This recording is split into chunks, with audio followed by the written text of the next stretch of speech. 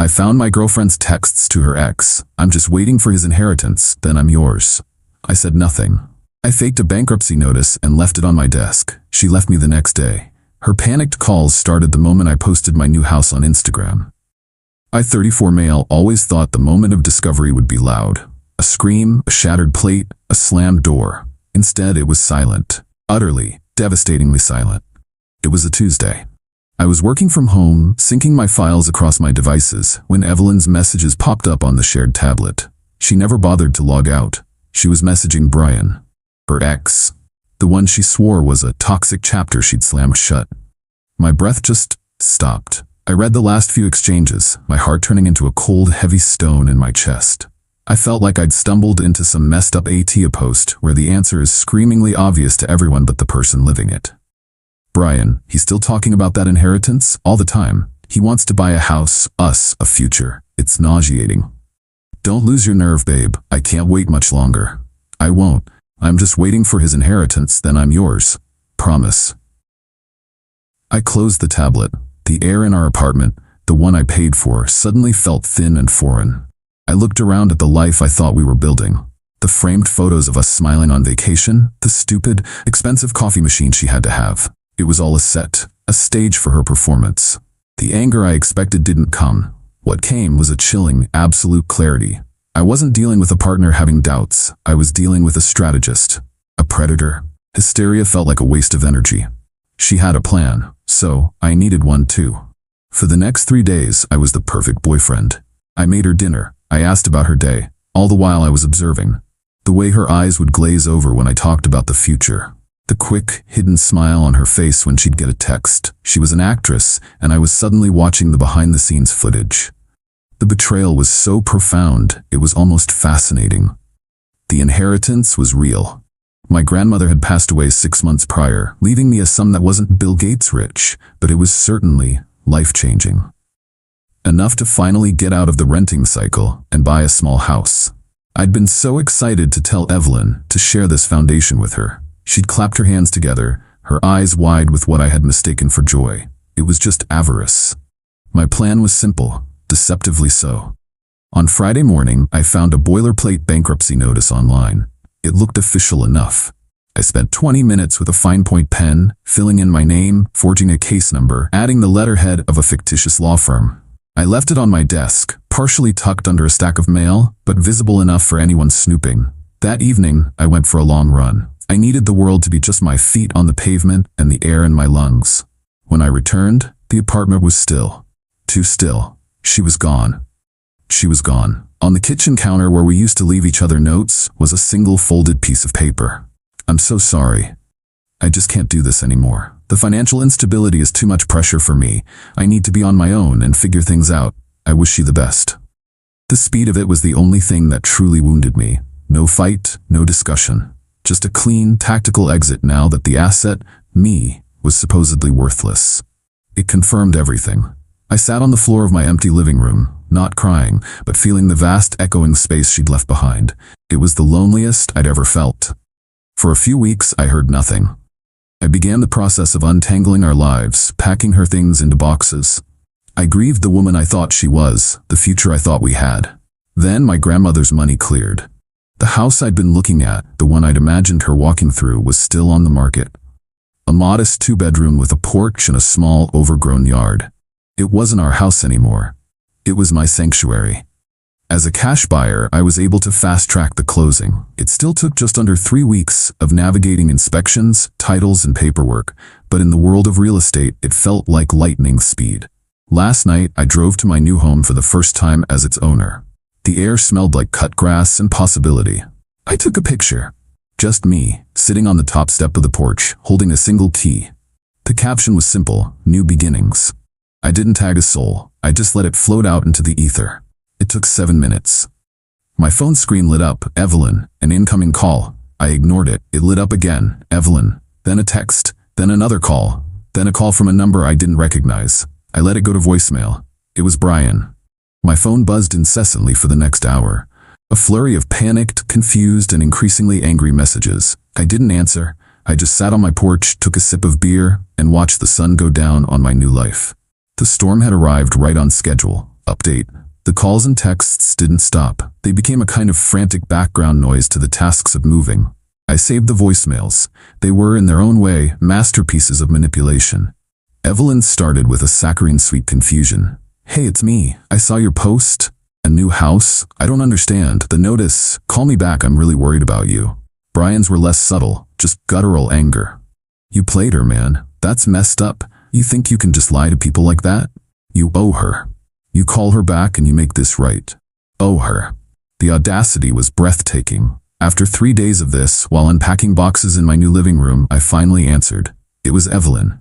"Oh my God, you're okay," she began, the relief in her voice so fake it was almost comical. "I was so worried. I saw that bankruptcy letter, and then you disappeared, and now you have a house? What is going on?" I kept my voice flat, calm. "You left, Evelyn." "I left because I was scared. I thought you were ruined. How could you lie to me like that?" There it was. The pivot. The gaslighting. I was now the villain for faking a financial collapse that proved she was a gold digger. Classic. "The letter you left was pretty clear," I said, cutting a box open with a knife. "You said you needed financial stability. I assume you concluded there was none to be had with me, so you left. End of story." There was a pause. I could hear her breathing, the gears turning. "That's not fair," she finally said, her voice shifting from wounded to indignant. "I invested 2 years of my life in you. In us. I helped you. We looked at houses online for months. I helped you plan." "You looked at Zillow, Evelyn. That's not a contribution?" "It is," she insisted, her voice rising. "I was a supportive partner. That house, that money, I'm entitled to a share of it. That was supposed to be our future. You don't get to just take it all for yourself." The silence that followed was heavy. I let her words hang in the air. I wanted to remember them. "Evelyn," I said, my voice dangerously quiet. I saw the texts. To Brian. Complete silence. Not even a breath. For a full 10 seconds. Then the explosion. A torrent of excuses. It wasn't what it looked like. He was just an old friend. I was being insecure and pushing her away. She was just confused. She was keeping her options open because I was being distant. "You were waiting for my inheritance," I stated. It wasn't an accusation. It was a fact. "Then you were his."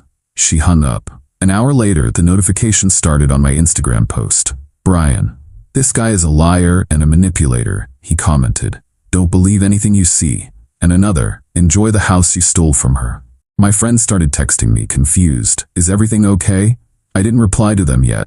I just deleted Brian's comments and blocked him. Then came the text from Evelyn, the escalation I was waiting for. "Tabat," I almost laughed when I read it. "I'm talking to a lawyer. I'm going to sue you for my share and for the emotional distress you caused me by lying. You'll be hearing from my attorney." I read the text, and for the first time, a real smile touched my lips. It was perfect. She was so blinded by her own greed she couldn't see the hole she was digging. I spent the rest of the evening setting up my new Wi-Fi and methodically removing her from every account we shared. Netflix, Spotify Premium, Amazon. A digital exorcism. Each click of the mouse felt like a small, satisfying victory. The last thing I did before bed was call my old landlord about the apartment. I needed to get my security deposit back. All $2,850 of it. Update: the official-looking envelope arrived in my new mailbox. She'd actually done it. Evelyn had filed a small claim suit against me for $5,000. I read the filing, standing in my sun-drenched kitchen. The sheer nerve was almost admirable. The claim listed compensation for services rendered in financial and future planning, and emotional damages resulting from deceptive and manipulative practices. She was framing my quiet little test as a malicious scheme to emotionally torture her.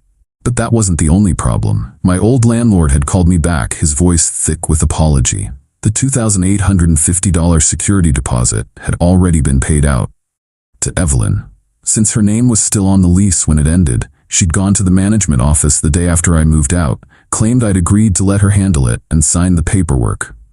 The landlord said it was now a civil matter between me and her. Of course it was. My pain had now completely solidified into purpose. This was no longer just about a broken heart, it was about holding people accountable for their actions. My response was methodical. First, the small claims suit. I didn't need a lawyer. The truth was my best weapon. I started a file. In it went a printout of her breakup note. Then, printouts of the text messages between her and Brian. I highlighted the key phrases. "I'm just waiting for his inheritance," and "I need financial stability." The narrative was clear. and I was merely the editor. Second, the security deposit. I drafted a formal demand letter. It was polite, professional, and utterly inflexible. It cited the exact clause in our lease about the return of deposits and stated that she had 14 days to return the full $2,850 to me via certified check before I would file a separate small claims action against her for theft. I sent it via certified mail and emailed her a copy for good measure. The real confrontation came out of nowhere. I was leaving my office building downtown when I heard my name being shouted. It was Brian, jogging towards me across the plaza, his face a mask of self-righteous fury. "We need to talk," he said, getting right in my personal space. He was bigger than me, an intentional act of intimidation. "We have nothing to talk about," I said, not backing down. "You're gonna make this right with Evelyn. You humiliated her. You're a psycho. You know that? Playing games like that." "The only game," I said calmly, "was the one she was playing with me, for money." He scoffed. "She invested years in you. You owe her something." "The only thing anyone owes," I said, looking him dead in the eye, "is my $2,850 security deposit, the one my ex-SO took." A smirk played on his lips. He leaned in, his voice low and mocking. "She said you told her she could have it for her troubles. Who do you think a landlord is going to believe?" His response told me everything. He wasn't just aware of it, he was proud of it. They had coordinated their story. "Thanks, Brian," I said, a genuine note of gratitude in my voice.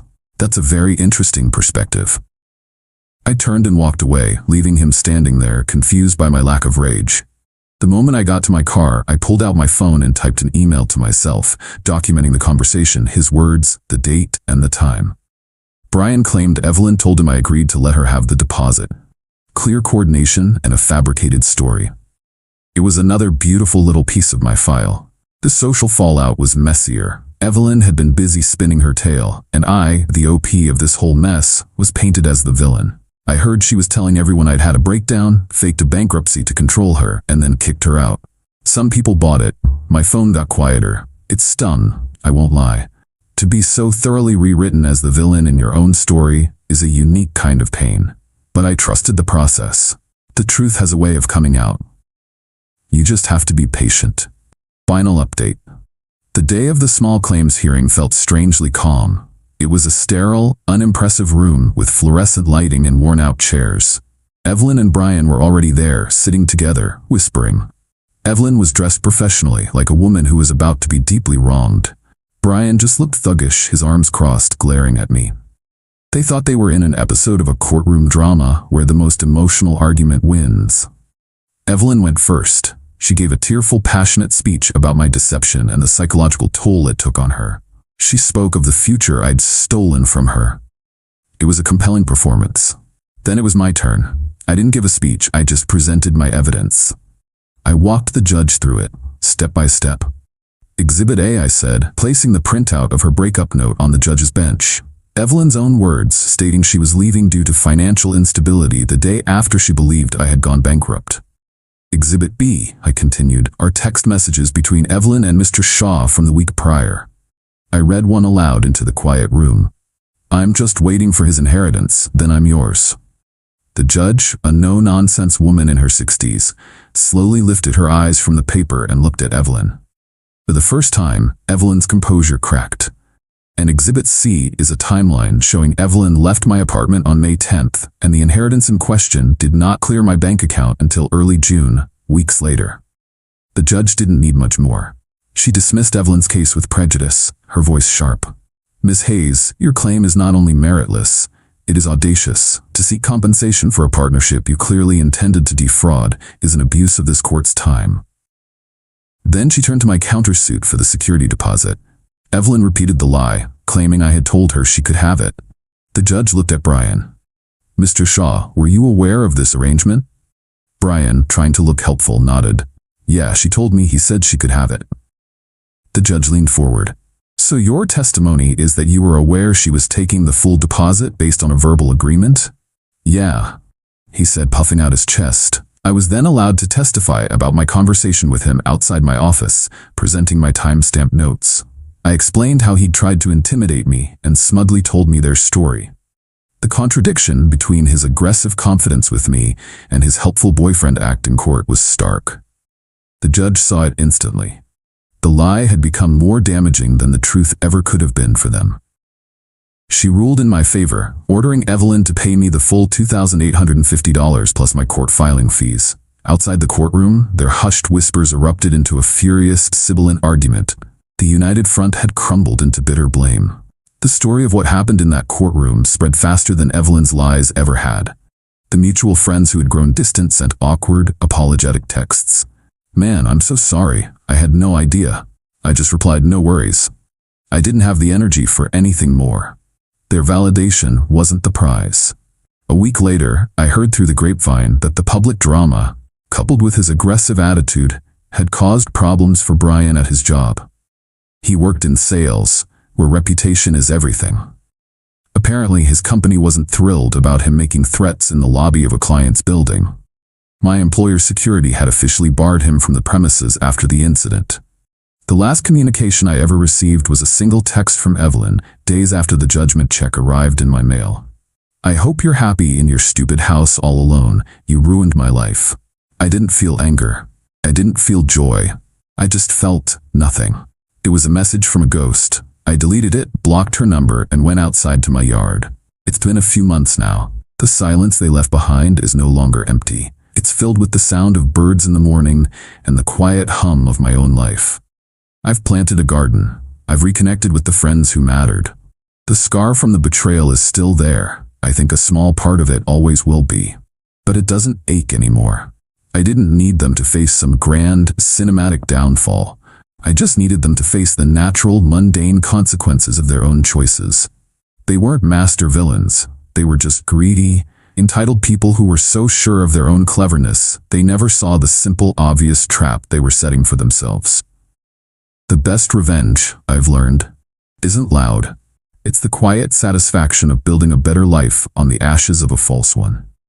It's sitting on your own porch in a house you earned, knowing you handled the worst with a calm heart and a clear head.